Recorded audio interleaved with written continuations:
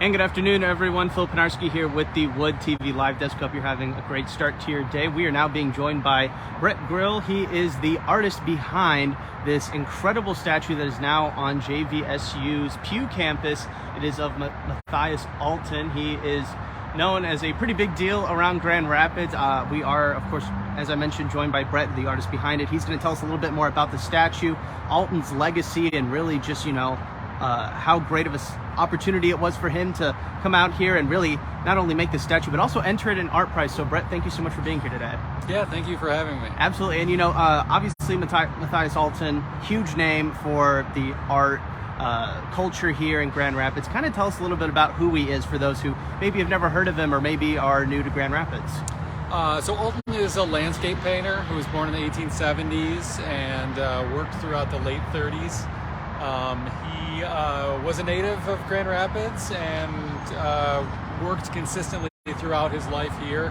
He absolutely could have worked on the coasts, but chose to continue to live here because it's a place that he loved. Mm-hmm. So I was contacted a while back by one of his relatives, his granddaughter, whose name is Anita Gillio, and worked with her people, and she's been sort of responsible throughout her life in kind of preserving his legacy. So she's donated several paintings to Grand Valley's campus, and wanted to really try to preserve his legacy with the statue. So she died about a month ago, but got to sort of shepherd the project through its infancy, and assure that Alten's legacy will be preserved and that his story will continue to be told. Mm-hmm, right. No, and of course, as we mentioned, he's a huge name for the art community here in Grand Rapids. What did it mean to you to kind of get reached out to and asked to put together this incredible piece and have it live on GVSU's campus? Well, it's great. I'm a native of West Michigan and Grand Rapids, so it's always fun to have statues that are placed in my hometown because my people can come out and see them. So that's a lot of fun, and also being entrusted to tell the story of the place where I'm from as well. It means a lot. Right, absolutely. And I do want to remind everybody watching that our very own Matt Jarowski did an incredible piece on this statue and kind of the history of Alten's legacy already. If you want to check that out, click that link in the description box or the comments section. It'll take you directly there. Brett, obviously this piece, it looks incredible. I mean, just taking a closer look at it, kind of seeing all the intricate details and just the craftsmanship behind it. I mean, how long did it take you to make something like this? What was sort of the process of kind of planning it out, the pose you wanted for him, to the ultimate day when it was finally put up? Well, the process took actually several years, and that's just because of all the groundwork that's laid in birthing something like this, which is securing the funding, making sure that we have a venue for it, and all that's done even before I'm involved in the project. So once Grand Valley was selected for the home of this, I got involved and I make a scale model of it. Once that scale model is made, then we go to full scale, like you see behind me, which is 7 feet tall. Mm-hmm. And that process, from the clay work that I do to the bronze casting to the installation, took about 8 or 9 months on this project.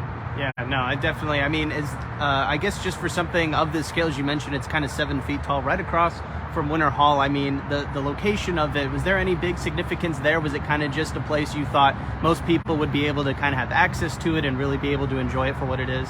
Well, we worked with Grand Valley and also with Anita to try to make sure that we found a spot that reflected the artist that he was. He's somebody who painted the river many times throughout his life, and drawings and studies of it as well.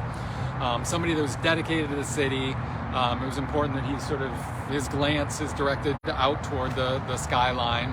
And it's also important that it's in a spot that's going to be trafficked. So, we have this beautiful walkway here now that is, accessing the Grand Valley campus and the dorms and stuff like that. So we're assured that it's going to get seen by a lot of people. Mm-hmm. Right. No, and kind of wrapping up, Brett, we do appreciate you coming on the Mobile Live Desk today, but kind of just talking about, as you mentioned, it's going to get a lot of foot traffic. A lot of people are checking out. You actually entered it in Art Prize this year to get even more people to come on out and take a look at it. I guess, what do you want people to kind of take away? Is it just, you know, the appreciation of a beautiful piece like this, or maybe you want people to kind of go home and do their own research on Alten?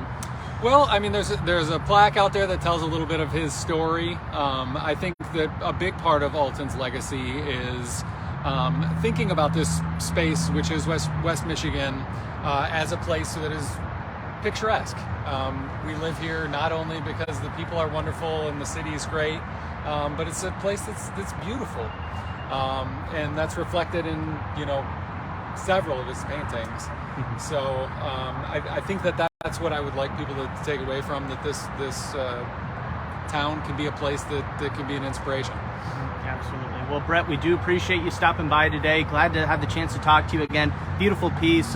Really just, you know, again, thank you so much for stopping by. And I want to remind everybody that this is on Grand Valley State's Pew campus, right across from Winter Hall. So you can come on out and check it out, especially the last remaining days of Art Prize while it's still entered in there. Brett, once again, thank you so much for stopping by. Really do appreciate it. Thanks, Phil. Thanks for having me. Absolutely. And I want to thank everybody else for tuning into this latest edition of the Wood TV Live Desk. I'm Phil Pinarski, and we hope you have a great rest of your day.